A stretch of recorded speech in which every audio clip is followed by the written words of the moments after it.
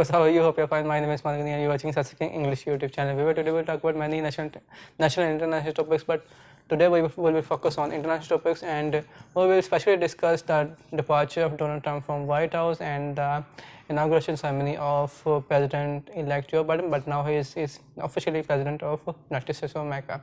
So let's see what happened in past few days. So let's begin with Donald Trump last days in White House. So it begins with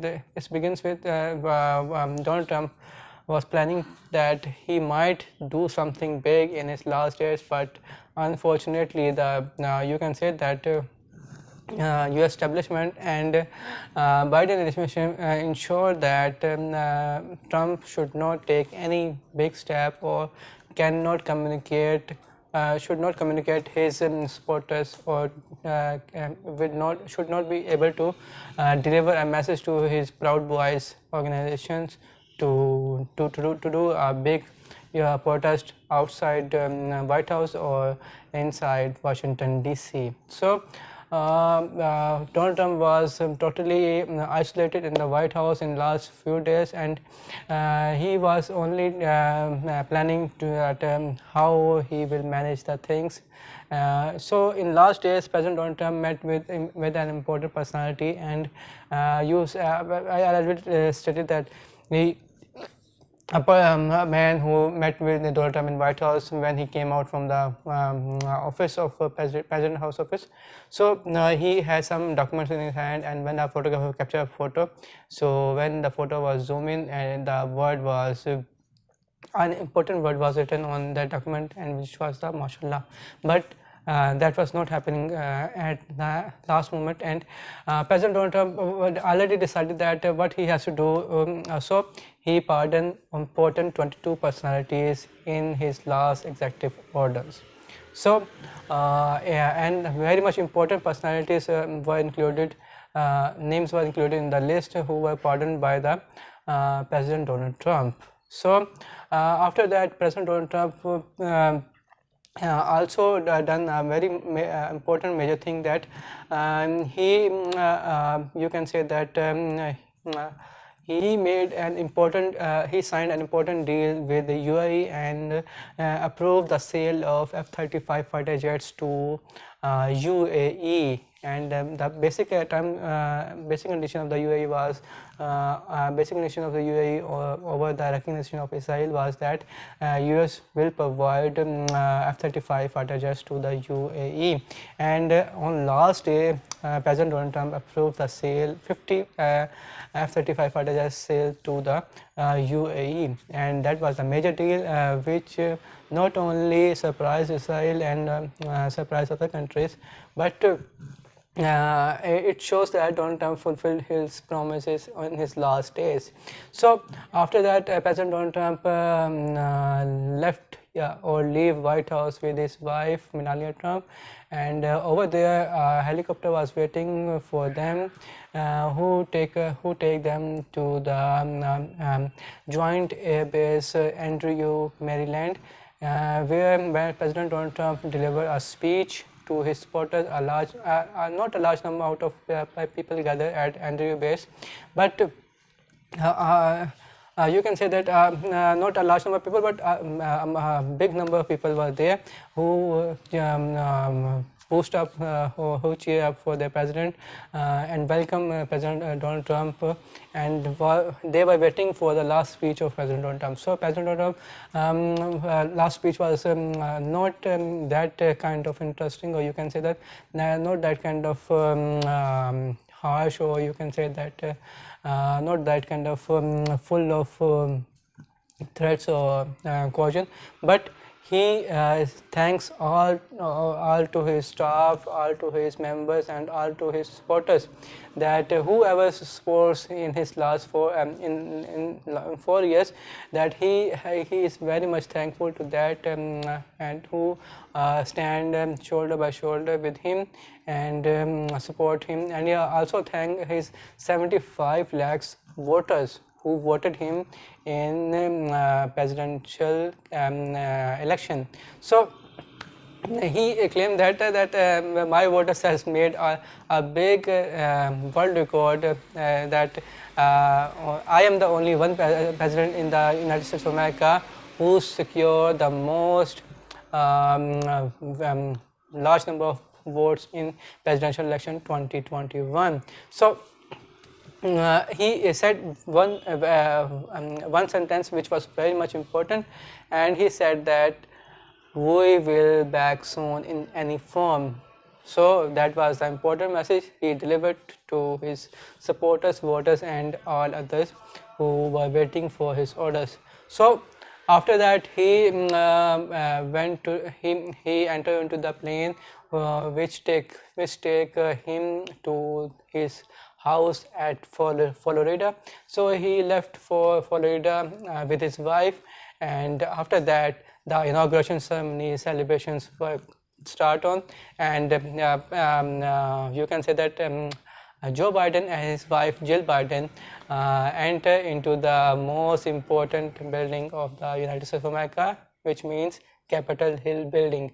So the presidential inauguration ceremony was hosted in Capitol Hill building, where a large number of celebrities or former presidents of United States of America, including Barack Obama, Bill Clinton, George W. Bush, and Vice President Mike Pence was also present over there in the inauguration ceremony of President Joe Biden. So in the starting of the ceremony, the Lady Gaga performs very interesting, you can say that performance, and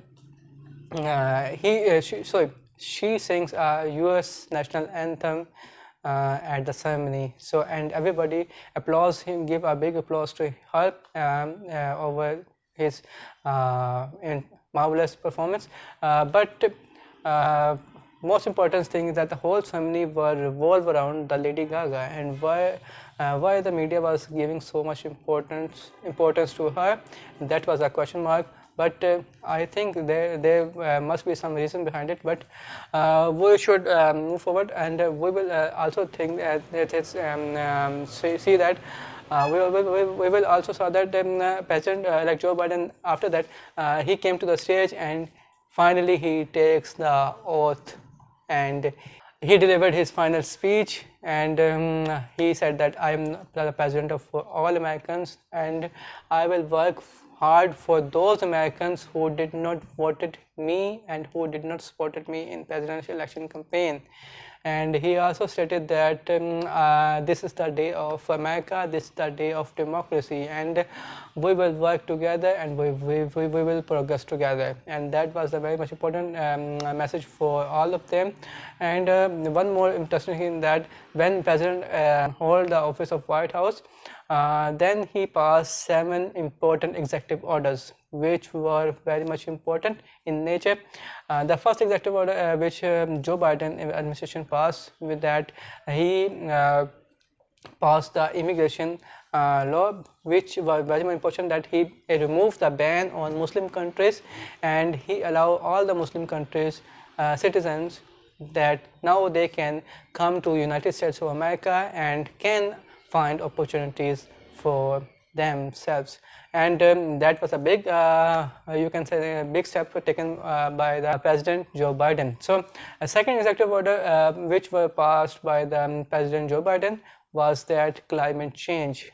And President Joe Biden reversed the order of former President Donald Trump, that United States of America will now enter again into the Paris Climate Change Agreement, and US will also follow the same rules and regulations of Paris climate change, and will also work for reduction of carbon and other gases in the atmosphere. So there was also most important executive order passed on by the President Joe Biden, and he was very much confident that he will restore the peace agreements, or he will work for the betterment of the humanity and betterment of the whole world community. He was focused on the Afghanistan policy, that he said that we will look after the Donald Trump Afghanistan policy, that whether we have to retain the troops in Afghanistan or whether we have to withdraw the troops from Afghanistan. And he also thinking about that whether we should send Blackwater agents to the Afghanistan to replace American army, and we should withdraw American army from from Afghanistan and send the 25,000 Blackwater agents to Afghanistan to tackle you can say that Afghan Taliban and other forces in Afghanistan. But Afghan Taliban has sent clear message to the Joe Biden that you must fulfill the Donald Trump deal that should be implemented as per agreement. And if anybody who violates that agreement shall face the consequences. But and Joe Biden has also focused on China, that whether he has to continue the policy of former President Donald Trump, that whether he should continue the trade war with China, or whether he should you can say that maintain the relationship with China, or assume the trade relationship with China, and whether he can get maximum benefit from maximum financial benefits from China. So there are a lot of things which have to be clear in few upcoming days, and it will reflect from the Joe Biden actions and statements that what he is thinking about the whole world. And he is also very much concerned about the coronavirus pandemic, that he said that all Americans should wear masks now, and should take precautionary measures to reduce the numbers of the patients which daily arises in the United States of America. So we can say that Joe Biden is like 50-50 president, not as good and not as bad. He is a balanced president in the history of United States of America, that he is no more you can say that. But my advice to Pakistan is that Pakistan should continue his policy, previous policy, and should not do much change in his policy, and should maintain the relations with the new White House cabinet, or with new President Joe Biden, and we should continue the same relationship which were maintained with the former President of United States of America, Donald Trump. And we should not sorry we should not worry about United States of America. So let's see what happens in future, and what happens in Joe Biden cabinet, and what he will done in his 4 years tenure. So let's hope for the best, and let's hope for the betterment of the humanity. If you like this video, please subscribe our channel, and do not forget to share your comments. So that's all from my side. Signing off, Usman Ghani. Bye bye. The office. Pakistan Zindabad.